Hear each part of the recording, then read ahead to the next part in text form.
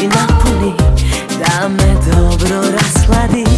Nekako mi sada ne idu neke priče, akcije, ista sam ko bonaca, ravno mi je sve.